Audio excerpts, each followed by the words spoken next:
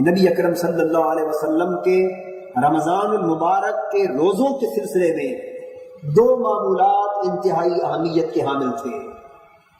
اب یہ رمضان کے معمولات کا ذکر بھی ہو رہا ہے اور ساتھ ساتھ حضور کے شب و روز کی یاد بھی تازہ ہوتی جا رہی ہے، تو آپ رمضان کے معمولات کو بھی سنیں اور سمجھیں اور ساتھ اپنے آپ کو 1400 سال پیچھے لے جا کر نبی اکرم صلی اللہ علیہ وسلم کے صبح و شام کے احوال میں غرق بھی کر دیں اور چشم تصور سے یہ دیکھتے چلے جائیے کہ کس طرح حضور روزہ رکھ رہے ہیں، کس طرح حضور کی سحری کا اہتمام ہوتا ہے اور کس طرح ہمارے آقا کی افطاری کا اہتمام ہو رہا ہے۔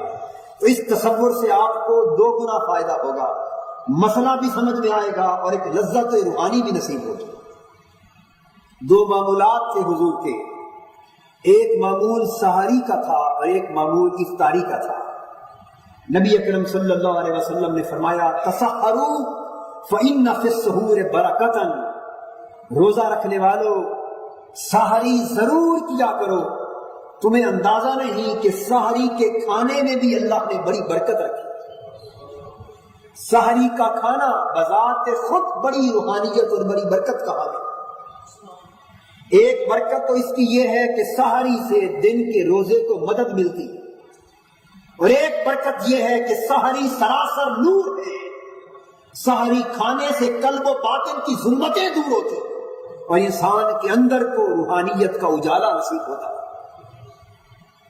نبی اکرم صلی اللہ علیہ وسلم نے فرمایا کہ خواہ پانی کا ایک گھونٹ ہی پینے کا موقع کیوں نہ ملے، قلیل سے قلیل وقت ہی کیوں نہ ملے، سحری کھایا ضرور کرو، اس لیے کہ یہ حضور کی سنت ہے اور یہودیوں کی مخالفت ہے۔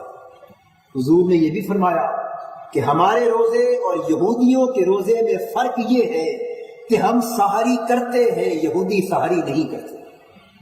یہودی بھی روزہ رکھتے تھے لیکن سحری نہیں کرتے تھے۔ حضور نے فرمایا ہمارے روزے اور یہودیوں کے روزے میں یہ فرق ہے کہ وہ سحری کے بغیر روزہ رکھتے ہیں، ہم سحری کے ساتھ روزہ رکھتے ہیں۔ تو سحری کا معمول حضور کی مبارک سنت ہے۔ اور پھر ایک لطف کی بات یہ ہے کہ سحری میں حضور نے تاخیر کو پسند فرمایا۔ حضور سحری بہت جلد نہیں کیا کرتے تھے بلکہ سحری کے آخری لمحات میں جا کر کھانا کھاتے تھے، یعنی روزے کا وقت، روزہ رکھنے کا وقت ختم ہونے کے قریب ہوتا، سحری اپنے آخری لمحات کو چھو رہی ہوتی، ادھر میرے آقا سحری کھا رہے ہوتے۔ تو سحری کا تناول حضور آخری لمحات میں کرتے، اس لیے کہ آخری لمحات میں سحری کا کھانا مزید برکتوں کا حامل ہے۔